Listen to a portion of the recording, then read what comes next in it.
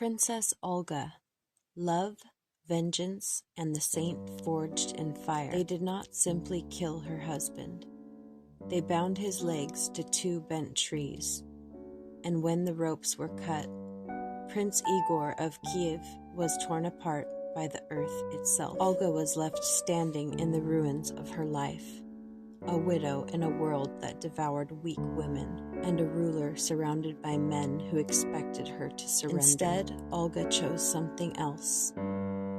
What followed was one of the most terrifying acts of vengeance in recorded history. So ruthless, it still chills the spine 1,000 years later. And yet, the same woman would die a Christian saint. This is the story of Princess Olga. Before the blood, before the fire, Olga was a wife. She ruled alongside her husband, Prince Igor, in the 10th century Kievan Rus, a harsh world of tribute, warfare, and fragile alliances. Power was never secure. Loyalty was never guaranteed. But by all accounts, Olga and Igor ruled together. They built a family. They had a son, Satislav. And then Igor made a fatal mistake. In the year 945, he went to collect extra tribute from the Drevelians, a tribe already stretched thin. They rebelled. They captured him. And they didn't just kill him. They made an example of him. When the news reached Olga, it wasn't just the loss of a husband. It was the collapse of her safety, her future, and her child's inheritance. In that moment, Olga was offered a choice. The Drevelians sent envoys to Kiev. Their message was chillingly practical. Marry our prince, join us, and let this be over. To them, Igor was gone. Olga was simply the next piece on the board.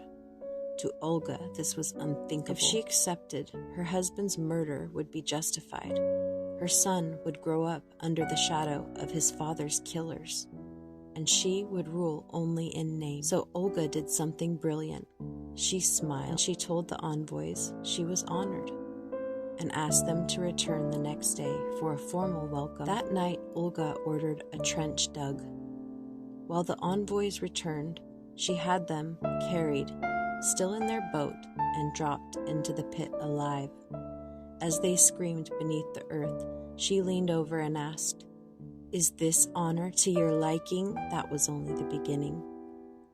She sent word to the Drevelians requesting their most noble men, claiming she needed proper escorts to marry their prince.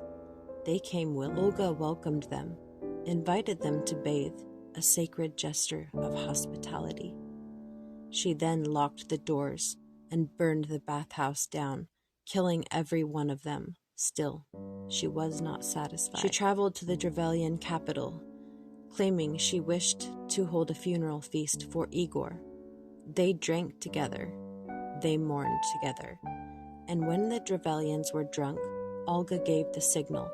Her soldiers slaughtered thousands. But even then, the city of Urkerstoken stood. After a long siege, Olga offered peace. Her demand sounded almost merciful. 3 pigeons and 3 sparrows from every household. Desperate, the city agreed. That night, Olga's soldier tied burning sulfur to the birds and released them. The birds flew home, into attics, onto rooftops, into wooden nests. The city caught fire all at once, from the inside out. As the Drevelians fled the flames, Olga's army cut them down or took them captive. This wasn't rage anymore. This was strategy. And the message was clear to the entire region. Never challenge Olga of Kiev.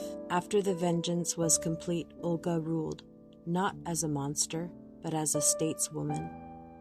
She reconstructed the tribute system. She established laws and administrative centers. She made sure no ruler would ever be murdered the way Igor had been. Her violence had an end. Her rule had a purpose. And as her son grew into a warrior obsessed with conquest, Olga began to look elsewhere for later years. Olga traveled to Constantinople, the most powerful Christian city in the world. There, surrounded by ceremony and faith, she converted to Christianity. She was baptized, taking the name Helena. This conversion brought her no immediate power. Her son refused to follow her. Her people remained pagan. But Olga had lived in a world ruled by vengeance, and she had mastered it. Now, she chose something harder.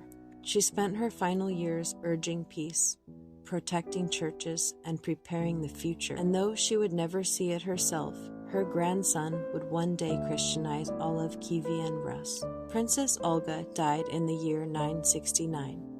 Centuries later, the church named her a saint, not because of the fire, not because of the blood, but because she transformed.